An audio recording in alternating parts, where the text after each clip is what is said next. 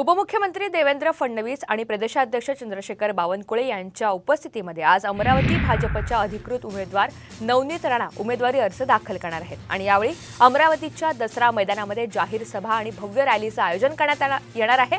उपमुख्यमंत्री अजित पवार हे देखील राणा उमेदवारी अर्ज भरताना उपस्थित राहतील। आजच्या नवनीत राणा यांच्या शक्ती प्रदर्शनाचा या संदर्भातला सविस्तर आढावा घेतलेला आहे आमचे प्रतिनिधी अमर घटारे यांनी। भारतीय जनता पार्टी व महायुतीच्या अधिकृत उमेदवार नवनीत राणा ह्या आज अमरावतीमध्ये आपला नामांकन अर्ज दाखल करणार आहे। त्यासाठी जी आहे संपूर्ण जय्यत तयारी या ठिकाणी झालेली आहे। उपमुख्यमंत्री देवेंद्र फडणवीस व उपमुख्यमंत्री अजितदादा पवार हे दोघेही उपमुख्यमंत्री जे आहे आज या ठिकाणी हजेरी लावणार आहे आणि त्यांच्या उपस्थितीमध्ये खासदार नवनीत राणा जे आहे ते आपला नामांकन अर्ज दाखल करणार आहे। आणि त्यापूर्वी या ठिकाणी अमरावतीच्या दसरा मैदानामध्ये भव्य जी सभा आहे ती सभा होणार आणि त्यासाठीची संपूर्ण तयारी जी आहे या ठिकाणी झालेली आहे।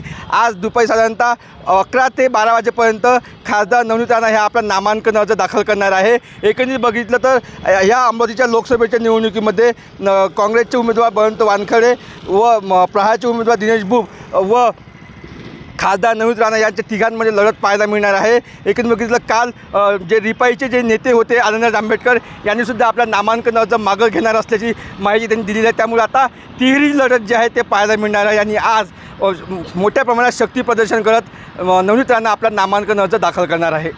अमर घटारे, साम टीव्ही।